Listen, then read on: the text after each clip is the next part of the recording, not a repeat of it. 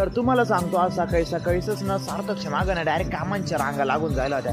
कारण की ना हॉटेलचं सामान आणून भाऊनी डायरेक्ट कोळं बांधलेलं होतं लॉन्सला अमावस्येच्या निमित्ताने.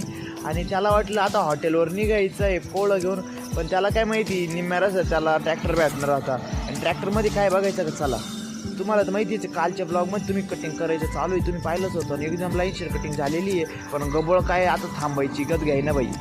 आणि किती मोठं गबळ भरून वतूनच आलेलं होतं. आणि मग त्याला ड्रीप पसरायचं तर मग लगेच काय ड्रीप पसरवलं आपण. आणि मग आपल्या लक्षात आलं की अरे नुसतं नळ्या पांगू कसं चालेल, त्याला कॉक पण लावायची गरजेची आहे की नाही बरं.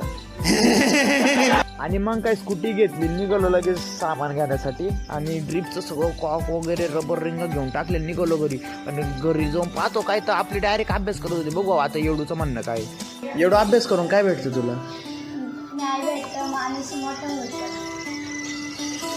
आजसाठी एवढंच मोटिवेशन होतं. गुरुदक्षिणा ना चॅनलला सबस्क्राईब करून टाकून द्यावा. हॉटेलला जाऊन परत रिटर्न पण झालेलो होतो आपण. आणि घरी काय चालू होतं तर ताईचं ना स्टिकर लावायचं काम चालू होतं येडून त्यांच्या पुस्तकांना. तर तोपर्यंत ना तुम्ही लाईक करा, शेअर करा आणि आपल्या चॅनलला ना नक्की सबस्क्राईब करा.